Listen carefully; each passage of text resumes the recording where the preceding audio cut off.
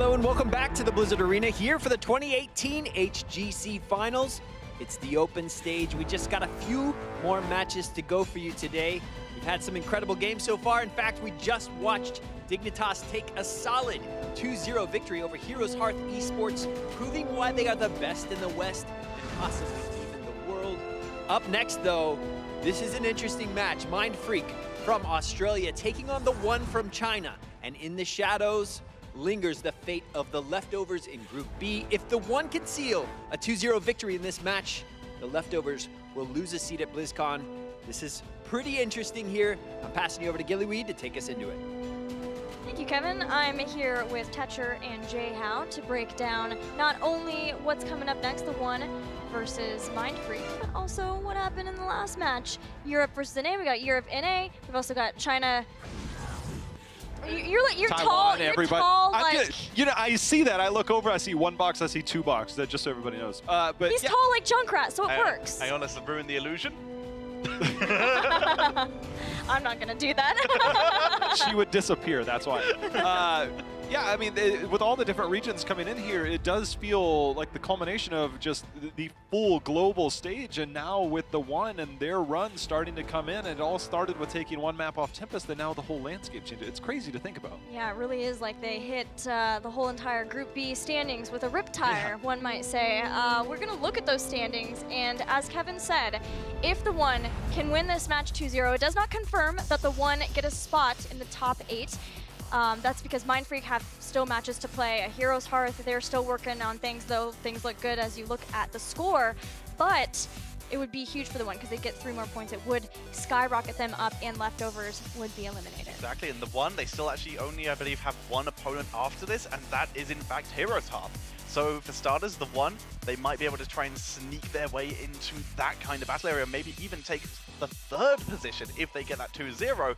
But of course, that 2-0 firstly eliminates the Leftovers. If it is a 2-0 though, there's still a chance Mindfreak could maybe catch up, as they still have a couple matches to play. And don't forget, our last match of the day is going to be between Team Liquid and Tempo Storm, and with the point that Team Liquid got off of Gen G earlier, that has set them quite nicely to be in that 3rd place position.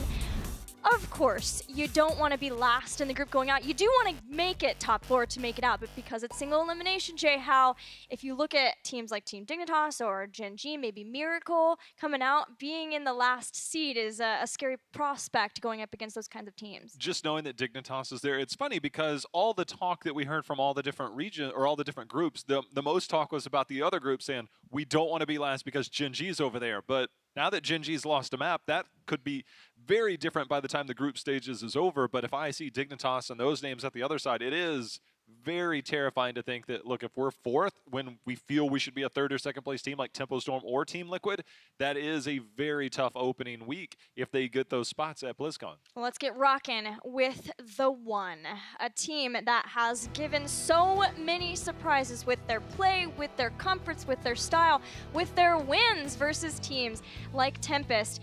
And now they're in a position not only where they could be able to eliminate a European team, which Wolf was talking about, is unheard of when you're talking about BlizzCon, but even beyond that, Tetcher, a place for revenge. Exactly. These two teams went up against each other at the mid-season brawl, where TheOne were able to take a single map, and it wasn't against this team. They took a single map against TheOne in the entire group stage, coming dead last. Against Fnatic. They lost 2-0 to Mindfreak, this roster at the mid-season brawl. Now they're coming in, taking maps off Tempest, taking maps off of everyone off Leftovers, getting close to taking one off Dignitas. Not so much in the 2nd game, but getting close. They're not only looking for revenge here, they're looking for preferably a dominant revenge. Well, they came in and they were like, it's fine if we win. And like, we want to make top 8, of course. We'll see how far we can get. Top 4 would be awesome. But we're here for revenge versus Mindfreak. Like, this is important, Jay Howe. That was the only thing that was on their minds, it felt like. But now there's got to be other things on their mind because of their performance. It just seemed like they are playing more to win with much more going. I don't know what that was. Oh, man. Oh, and a team that I love. I love their interviews. I love hanging out with them. Mindfreak are always such a staple to have here. If you know, the morale, the mentality, like they're just amazing team to have. Region bias aside from myself, I absolutely love this team. They've given us some interesting picks. some fantastic play. They've really just shown how much the region as a whole has grown. Like you said, they've been around since last year, since a year, 2 years ago at this point, where they were Team Nonia. They just bring it every single time, and they always improve. I love this team. Vanilla looks like he took kangaroo boxing lessons, by the way. I don't really know what that was. What does that mean? Did you see the way he threw those fists? Either way, high-hitting analysis on the boxing style. But John, another member whose name continues to spring up at all these events, they do have names that have. But his name's not John. Just it's another J name. yeah, just not. Don't confuse. It's very confusing. John is. What? John's name isn't John. Yeah, John's name was what?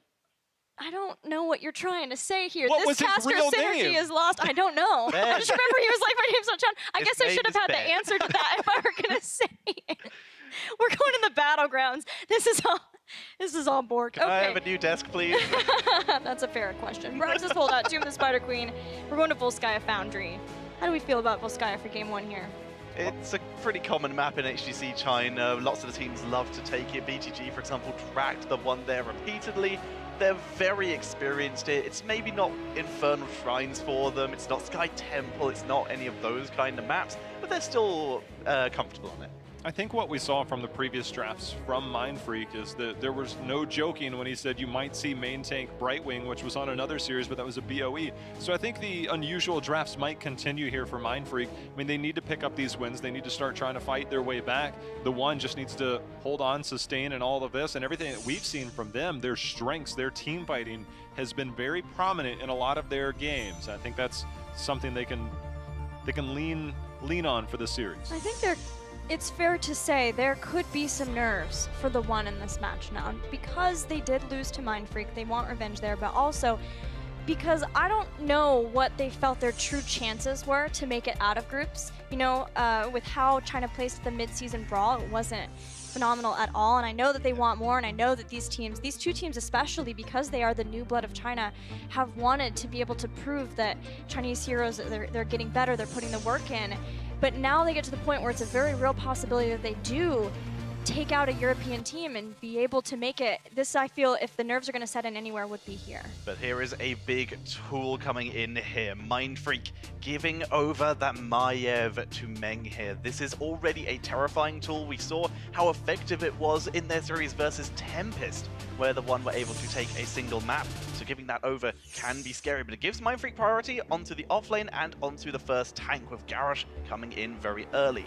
It's just so much control. Both of them have the unstoppable status. If we get the new habits from Blaze, can get that. That does require you to use your Pyromania. Garrosh, however, at level 4, always a good response for Maiev with the Indomitable to be able to deal with the Maiev on that front line. You can also stay on top of them. If Maiev wants to fight there, you simply try and engage directly on top of that. But the Hanzo Deckard, very good at sustaining and poking away that style as well. You said it perfectly. The Maiev, the Warden, if you're going for the Warden's Cage style, new habits and Indomitable, you just walk through it, open up the gap for your team. It's a great choice there, and can potentially force Maiev into a containment disc-based build and a containment disc style, which is still fine. It is fantastic, and it's what they used against Tempest, but it's the kind of situation where if you were going for a wombo combo style, it's now a little bit less viable. Yeah, but I see Warden's Cage Dragon Strike for TheOne.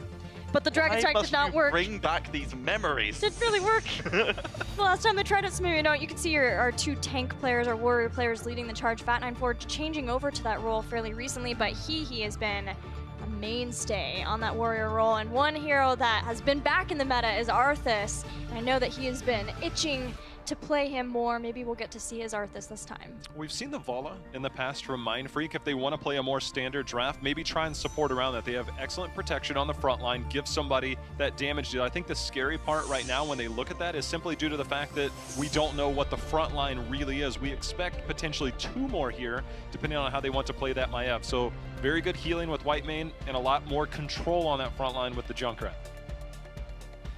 Like you said, there's a lot of disruption. The control the Junkrat offers can be a big deal. But TheOne, they still yet to pick up their tank. The question is, what are you controlling against? The Junkrat can punish heroes like an Arthas, for example. So having those removed, so taking that away is still Low really mobility effective. heroes. Also, I just realized I called John Ben when his name is Jack. So sorry Jack, about that. there it is. Yeah, I just completely blanked on that for a bit. But we are going to see the Anubarak come in, double isolation style potentially, coming in from the one with the Cocoon and the Containment Disc. The thing about the Junkrat pick is that Junkrat can play so far back that Maiev has a hard time really finding the angles in a map like Volskaya until the later stages, but because the control points are in the neutral zone essentially of this map, it does give you, so they have the potential to play around it. They're going to go with the Sergeant Hammer, a very long, poke-oriented style long range. with a very good control on the front line with the Garrosh and the Blaze. You have so much control with those, and Whitemane, the targeted healing, or even the burst healing as the game goes on. It's a very passive draft, but this is Volskaya where that style works. Exactly, and Whitemane with Hammer, that she's able to sit back behind that in the safe zone and be able to keep those clemency heals, the heals going on top of her. And John is a very good Junkrat player too. I feel like that's one of his best. So I think this is a super solid Mindfreak draft when you look at comforts as well as the map. How do you feel about the One's chances given what they have? Because it's far different. But more to their style. They certainly have a lot of preferable picks, with the Hugo on the Malthael, with Meng probably on that Maiev.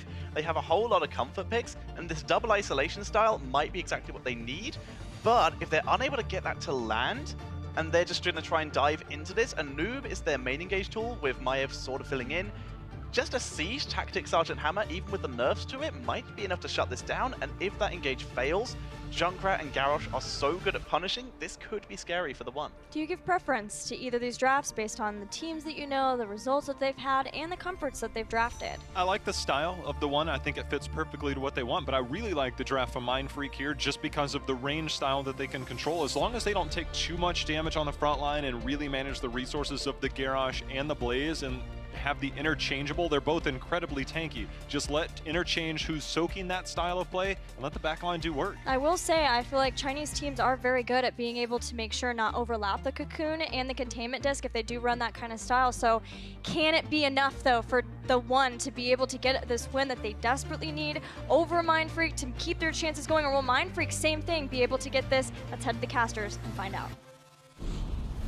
Thank you very much, Gilly. Here I am with Skimmy to be able to ask a couple of questions here when it comes to Mindfreak being probably the most knowledgeable person on planet Earth when it comes to this roster. What are your thoughts now seeing this composition? Because the panels, they seem to like it. Yep, and I like it quite a lot as well because this is a composition that they're quite accustomed to back home in ANZ. They've played this map, they've played against this kind of aggressive style before, and they tend to play the back style with those defensive cooldowns, with those abilities to try and mitigate what's going to come at them. The pressure really is, or the burden of execution, as you would say there, Dread, really has to be on the side here of the One to make sure when a noob goes in, they get the kills. But let's kick it off with the team in left from ANZ. It's Madhax on Whitemane, John, or actually Vanilla No playing the Junkrat, Fat94 on Garrosh, Ryu on the Blaze, and John will in fact be playing the Sergeant Hammer. And here for, in the red side, is going to be the One with their comforts. We have ZJZ on the Deckard Cain. Meng going to be on that Maiev. That's somebody to be looking out for here. Hugo on Malthael. Hehe on the Anubarak, and Lies playing Hanzo. Already out the bat there, Dread. We're not going to see new habits at level 1 for this Blaze. I know this is a talent that you're very fond of. It's going to be the Neural Stim pack, so looking for the increased cooldown usage.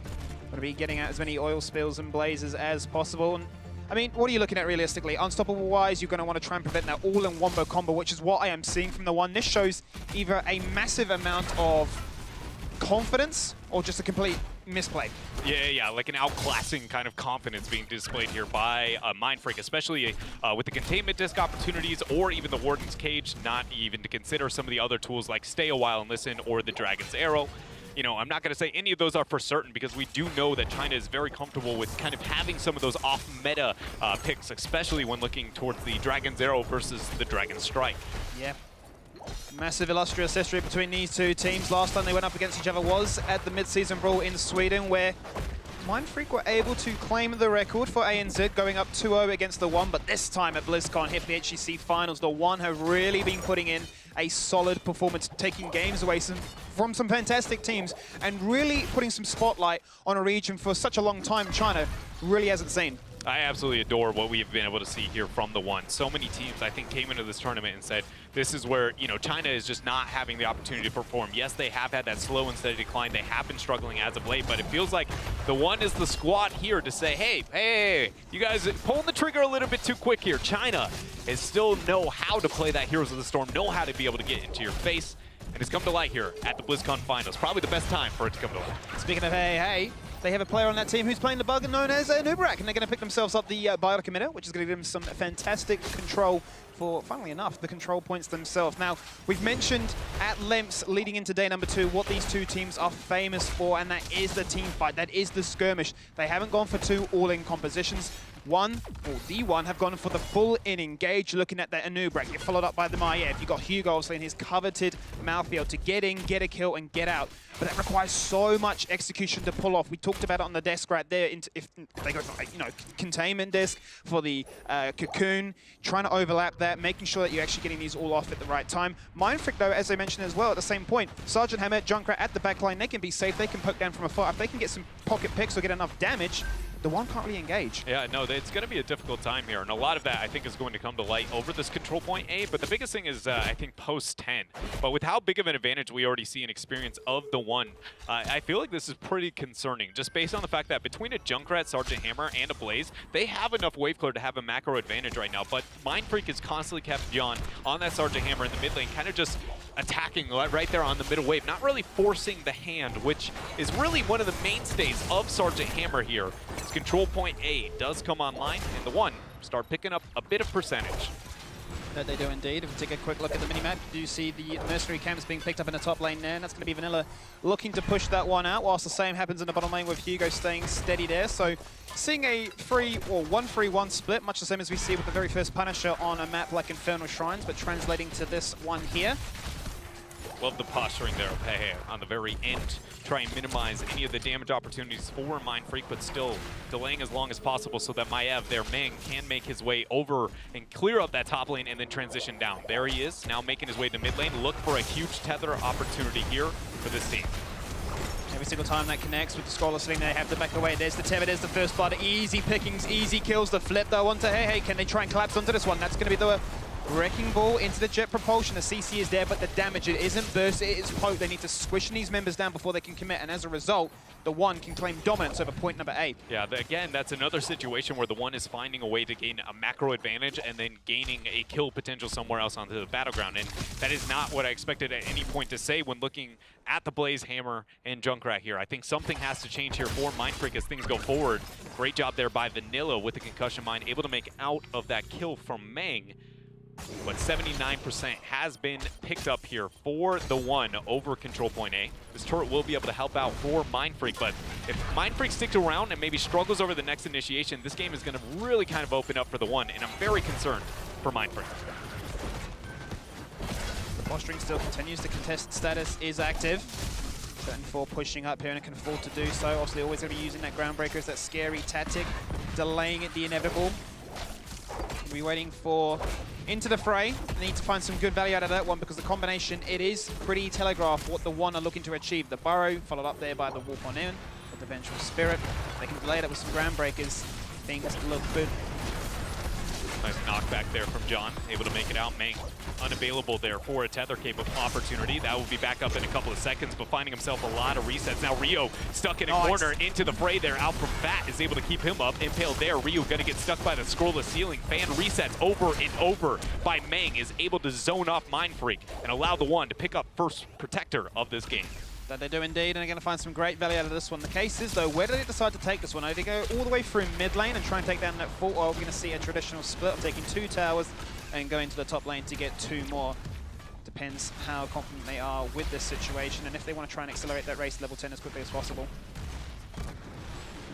Personally, I would like to see the transition towards top here with the experience being in favor of the one. I don't think it's far enough for them to really be able to take some kind of cheeky off macro play where they can gain a bigger upper advantage later into the game. It's very important that they can maintain those small victories over and over again against the Sergeant Hammer composition, though I do feel as the tempo of Mindfreak has kind of allowed for the one to find the situation, they still have to tread lightly when it comes to decision making. 4 towers down. And just as that connects, the Burrow goes in, level 10 is acquired, Cocoon is unlocked onto the White Mane, which will have no response, no Scarlet Aegis, the Protector is still there, and it does so much damage, the combo onto the Hammer, squishy as she may be, immobile at that, gets taken on down. That's the second kill 6 minutes into this one. And that's going to allow the one to use this time frame without John there on the Sergeant Hammer to pick up top board. A very big and confident opener here from TheOne. Now taking the downtime back out, look towards another biotic emitter. Sergeant Hammer just now spawning, and even then, without an out, no opportunity to contest here. We got to start looking towards those future fights here, because currently, as it stands, if TheOne keep up this pressure, and I'm assuming that they're going to be winning the pressure in between control point A and B, because they somehow managed to make that happen over control point A, Mindfreak, they have to find an opportunity to go, this is the fight we want, we're going to take it, and try and find a way to gain some control. Well, so far, they need to find that poke. They need to get those members squishing on down. They have gone for the napalm strike on Sergeant Hammer. Accelerated that with the Riptire from Junkrat as well. So two fantastic heroics which can do just that. But the response is fantastic from TheOne. They have, as the analyst desk called out, gone for the containment disc and the cocoon. So that's two members that can get locked in place for such a long time. Why is this so fantastic? Well, you have Malfield going a last rites. That can be negated by a Blaze's bunker. If you can get a good isolation onto the Blaze, you can negate what he can do completely, or you can also negate and take out the taunt from Garrosh, and suddenly your dive squad does not get counter-engaged on. Yeah, there's a lot of opportunities between that double isolation. I feel pretty much everybody, except for Junkrat, is the only target that doesn't really gain that much. Stopping maybe a Riptire here and there could be a play to gain the upper hand. Yep. But TheOne, so far, pretty much into control here of this game, and more importantly, when it comes to the strategy, it shows that they are very clearly came up with a game plan and that they know how to execute. Mindfreak, again, it feels like they have to find one of those windows. I would have argued that before the 13 talents here is one of the better ones for them to initiate, but based on the fact that Junkrat is about to receive some pressure here from Hugo, and Hehe gets the dismount. Cocoon not going to be used there. Good concussion mine allows him to escape it on the bottom end. Mang, will he be able to make it out? Dragon's Arrow, stay a while and listen. They do listen rather well, all four members of Mindfreak, but nothing going to be gained, no counter response, just good disengage there by ZJZ. Yeah, two big 60-second cooldowns had to be burnt, and burnt they were. Fantastic Dragon's Arrow to actually allow it to stay a while and listen to connect. That biotic emitter was tethering his health bar, ironically enough, bouncing up and down, sub 10%. He was playing with fire, and they did not want to, as you mentioned before, leading in with that first protector, lose that advantage, that small victory. The positive for Mindfreak right now is that this next control point will be up in the top side, but the positive for TheOne is that those heroics will be online as well. Groundbreaker going to land for Fat. Will he end up hitting a taunt, flip over? There is going to be the Warlord's challenge. Mang answers the call, but is not going to reign victor over this one. A pickup here for Mindfreak in their first kill of the game. It could not have come at a better time with control point B spawning, but they need to make the transition now, and Hugo already has so much macro pressure in the northern lane. This has been a concern from some of the Western teams about the tiering of some of these warriors, and why we see not many of the Western teams so far, it seems, going for the new bracket. You all need to be on that same page, and right there, Maiev caught on her own, and you get caught pretty hard when you're going up the likes of a Garrosh right there. The fight still continues in the bottom lane, but the control point is where all the action needs to take place from a macro advantage, and 19% currently in favor of TheOne. Counter response here by Mindfreak. Plays able to pick a bit of percentage up for them as John is looking towards that turret and as much weaponry as they can possibly have here. Another biotic emitter. TheOne start the channel. Not enough members there from Mindfreak. Sergeant Hammer slow in transition, not able to contest now. And so much weaponry exists here between these two teams. Two biotic, maybe three biotic emitters here from TheOne, and a turret on their behalf. One turret only. Or double turret, actually, here for Mindfreak. Mindfreak have two turrets, TheOne have two turrets and two emitters. This is ridiculous from an item standpoint. You're saying for Mindfreak, this is a great lane for them to focus on. It's only from one angle, makes it very easy for the Sergeant Hammer to go into, and very easy for that Riptire to find value. But with that amount of items, suddenly all that poke, which is so good, can be completely negated. John moves up to the point, looks to get the siege. And it seems like TheOne is willing to give this up for now. Keep in mind, with the 16 closing in, that is a team fight that they do not want. Hugo finds himself a vanilla. Great job to dodge the passive proc there, not allowing the all-in opportunities.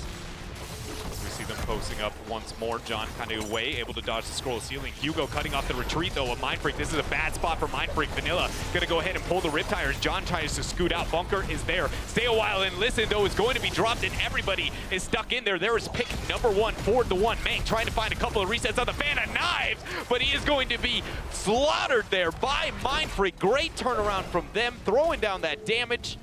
and they actually find a way to win this skirmish pre-16. This is a great moment for Mindfreak. And the only thing that wasn't used was the last rights. You have to wonder, you know, Hugo had such a fantastic positional advantage against them, but was unable to use that cooldown. And with all those cooldowns, all those heroics, I should say, sorry, that the one had to use, Mindfreak survived. And if they can survive, if they can poke, the longer the fights go on, they will win. And they're looking for more right now as Hugo takes on as many members as he can. Rights. 3 members are there. Last rights is going to come on through.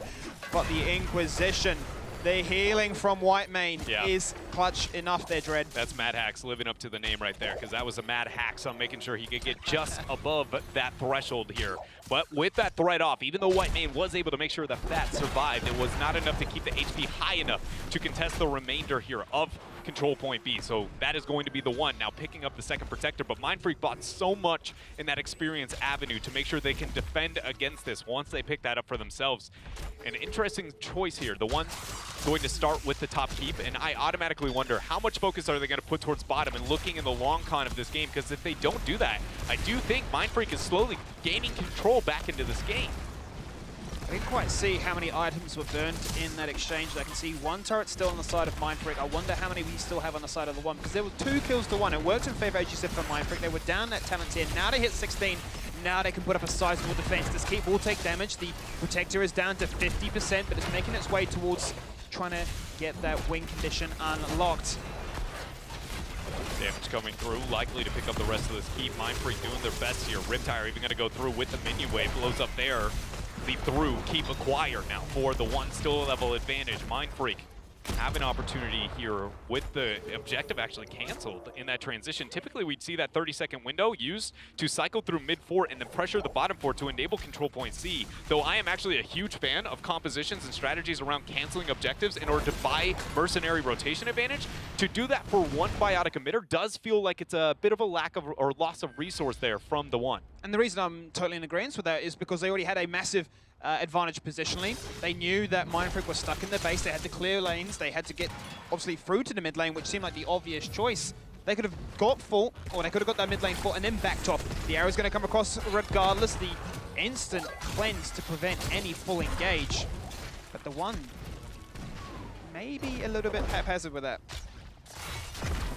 Nice interrupt onto Fat with the Groundbreaker. Finds another one there over the next couple of seconds as we see Malthael there on the Pale Horse trying to match Junkrat post 13 with his wave clear. A little bit in bet in favor of the Junkrat. So we'll see what they can see Mindfreak make happen now with John pressuring down on the bottom half. Knowing that Malthael is in the top lane gives them a lot of breathing room here down below. But that changes every 30 seconds a minion wave spawn. So they have to keep track of that and make sure they don't get collapsed on, because usually that seems to have been working out here for the one. Just keep an eye on Fat94's positioning. Whenever that spirit goes out, he's always there, always ready, saying, if you want to engage, I'm ready to also counter-engage. I want to turn this fight around. The burst damage, as we mentioned, isn't the highest for Mindfreak. But regardless, if that taunt comes out, if that all-impale happens, we saw it happen on Control Point B, they can always respond. These kills, despite these teams both being known for such an aggressive playstyle, there's only 6 kills between them. That's going to change rather quickly here if Mindfreak can't find a way to be able to get this bottom fort. In the downtime, the catapults on top are being prepped. It looks like it's only going to be 2 built there as we see the pressure on the bottom half. Minion wave spawning in about 5 seconds, and that means that those 2 catapults are not a threat at 15 minutes into this game. Yeah, it might dabble when it comes to the shields, but nothing to be concerned about here. That being said, Junkrat made the transition anyways. No qualms here. The one, though, knowing that Junkrat is back, look for some counter pressure. Can't help but think that the one are quite pleased with that rotation from the Junkrat, allowing them to get that much closer to the level 20, and with that hit, that all-important Storm talent tier. And with that in mind, retain what for the most part has been their advantage. They've been the one in the driving seat, not only for the engagements, but with the levels, and allowing them to then force the fights on very favorable terms. Control Point C is going to be the next one unlocked. That's down in this lane that everybody's already at. Containment disc going to be popped there. 20 not acquired quite yet, but it's soon there. A bunk already dropped along with the cocoon used, using the flamethrower to try and reveal Fat94 from that. The one now with the 20 advantage, Fat's the focus. No Indomitable use. There it comes through. Last right's going to be dropped, and so will Fat94. That he will indeed. No bunker this time. He's going to survive. That's going to be the arrow from downtown. Blaze taking a lot of damage. Mad Hacks getting deleted right there on your screen. And Jordan in the back line. Hits the concussion blast and no staying well this time on a 10-second cooldown. That's been put on repeat, but TheOne, based on their posturing, they want kills. They want the ability to push on through top lane. They want turrets as well. They're out for blood. They are out for blood. This is a very interesting rotation and decision, and I'm just going to bring it back to Protector number 2. How this didn't necessarily need to be as slow of a transition based on that decision-making made before. Even more so if they do not win the game right here. That next point, there is a whale available that wouldn't have been there. Again, based on that transition, this may be an opportunity. Mindfreak on their less leg, but if they hold off, they might have a chance. And it's not like Malthel or Hanzo have the best core damage. All the weaponry in the world. It is a full arsenal, an army here of TheOne just throwing it all down, and they look like they just take it without concern. I'm getting flashbacks to that Dignitas series right there, but they've calculated this time they are going to get it. Disc comes out, Cocoon comes out as well, and TheOne bite off far more than they can chew, and they're very happy to get game number 1 under their wraps. That was such a unique ending to Volskaya Foundry. The weapon focus makes a lot of sense from both sides of the battlefield, but the usage of it and confidence to be able to end the game there, I don't think I've ever seen that many turrets and that much intent behind that there. And I feel very much justifying some of the transitions and decision-making made here by TheOne. But when it's all said and done, knowing the compositions, how do we feel here about Mindfreak's performance? I mean, it was a composition built to try and play defensive, allow, or invite, really, quite honestly, TheOne to come into them. They just never really showed any signs of turning around. From their very first Protector moment, their very first control point, they were on the defense. We thought, okay, maybe once level 10 comes online, control point B, that could have been something that was fantastic to look at. Never really showed any signs of growth from then on, but I'm sure the desk have a lot more to say than I do, so let's chuck it back to them and see what they think. TheOne is well on their way to revenge versus Mindfreak getting that first game, and I went back and checked my notes as soon as we were off desk because I knew, I was like, there's one of these Chinese teams is just stellar at their cocoons and containment disc and making sure there's never an overlap anything, and it was TheOne, and they proved it there. It looked good. They've run this composition before. It won them so many games to the point where obviously Maiev is a very common ban in all regions. Right. And it was a situation of it was just an insta-ban versus TheOne for a while when they used to run it all the time. So seeing it come out again and seeing that they still got it is cool to see. I mean, Mang has been a playmaker. You put him on a playmaking hero like that, it's going to happen. You know what, Gilly? It actually did happen. Let's actually take another look at that because that combo you talked about, I'm like, let's watch for it. Let's watch it unfold because a lot of it does kind of revolve around Mang making the plays, and he's the one that you're always going to want to keep your eye on. A couple of times, Skimmy pointed this out, is that Fat94 did an excellent job. Every time he came in, he was met with resistance, but there's one, okay? This is a good response from Mindfreak, but there's just so much more going on. So Fat94 is trying to move in to get a toss out, get somebody out of there. But now here comes the Cocoon, that double isolation combo that you talked about. This is a very good bunker that's put down just because it kind of gives you that escape. But as we move forward, you're going to say you can only deal with one of this. You can see the bunker going down, everybody trying to pop that Cocoon because that's going to be there. So Mang, he's like, all right, job done. We've got somebody isolated and they're on the back foot. They're retreating. You can see they're trying to get him out of there. Now here's the fun part, right? Deckard comp right here.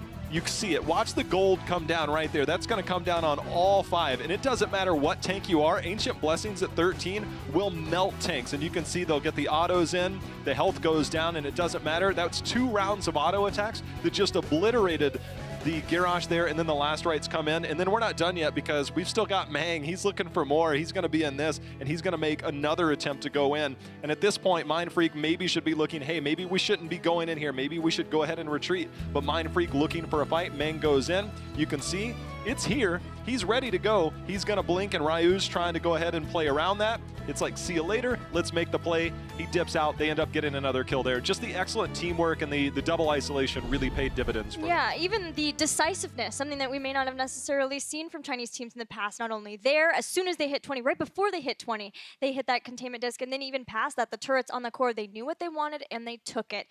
And they are one game away from taking out leftovers in the group and moving one step closer to making it to top 8. What a story that would be for TheOne and for Chinese Heroes of the Storm. We'll see if they can do it right after a word from our sponsors.